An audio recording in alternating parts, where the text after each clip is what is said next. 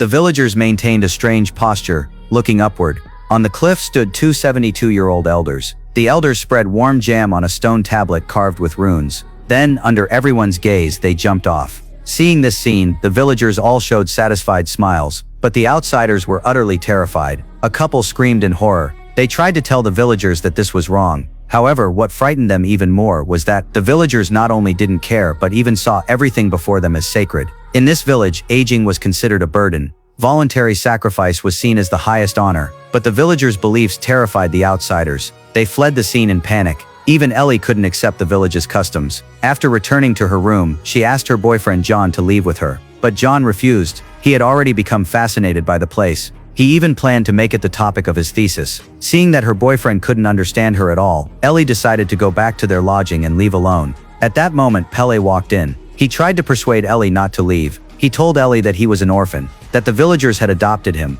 and had given him the warmth of a family. He also explained that the cliff ceremony was simply a village tradition, and hoped Ellie wouldn't feel burdened by it. His words touched the softest part of Ellie's heart. Under Pele's persuasion, she gradually let down her guard. A few days earlier, Ellie had received a strange phone call. Due to a gas leak, she had lost her family. The news devastated her. At that time, Pele invited his classmates to visit his hometown in Sweden. To ease her grief, Ellie decided to go along. But Ellie didn't know this journey would change her life forever. Pele's hometown was holding its midsummer festival. To recover from the pain of losing her family, Ellie began to blend into the daily life of the village. That day, the village welcomed the most important event of the Midsummer Festival, the selection of the May Queen. All unmarried girls were required to participate. They danced endlessly to the rhythm, until the girls fell one after another from exhaustion. The last girl standing would be crowned the new May Queen. When all the other girls had collapsed, Ellie became the final victor. In that instant, the entire village erupted in joy. The villagers lifted Ellie high on a palanquin, and placed a beautiful flower crown on her head.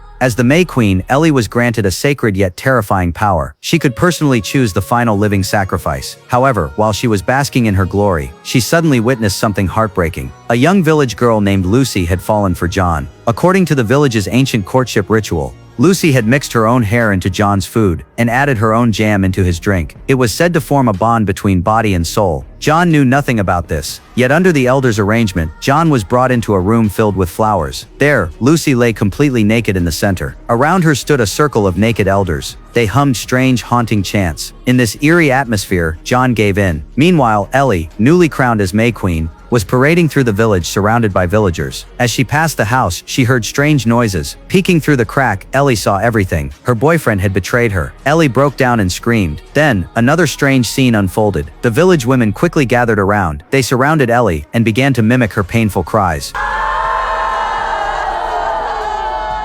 Through this shared empathy, Ellie's emotions slowly calmed. By then, the festival had reached its final stage. According to the village's tradition, they needed one life to complete the final sacrifice, and the choice rested in the hands of the May Queen, Ellie. The villagers placed John and another volunteer side by side. The decision lay before Ellie. Ellie did not hesitate. She immediately chose her unfaithful lover. As soon as Ellie spoke her decision, the villagers immediately carried it out. They stuffed John into a heavy bear pelt, then placed him with the other offerings in the sacred temple. Under Ellie's watchful eyes, the villagers lit their torches. Then they began their final celebration around the burning shrine. Watching the scene before her, tears of sorrow streamed down Ellie's face. But as the flames continued to rise, a strange calm appeared in Ellie's eyes. Then her lips slowly curled upward, forming a clear, deliberate smile. At that moment, Ellie had finally become one with the eerie village. She had lost the world she once knew, yet was reborn in the flames as a new queen. Under the midsummer sun, her smile was both liberation and curse.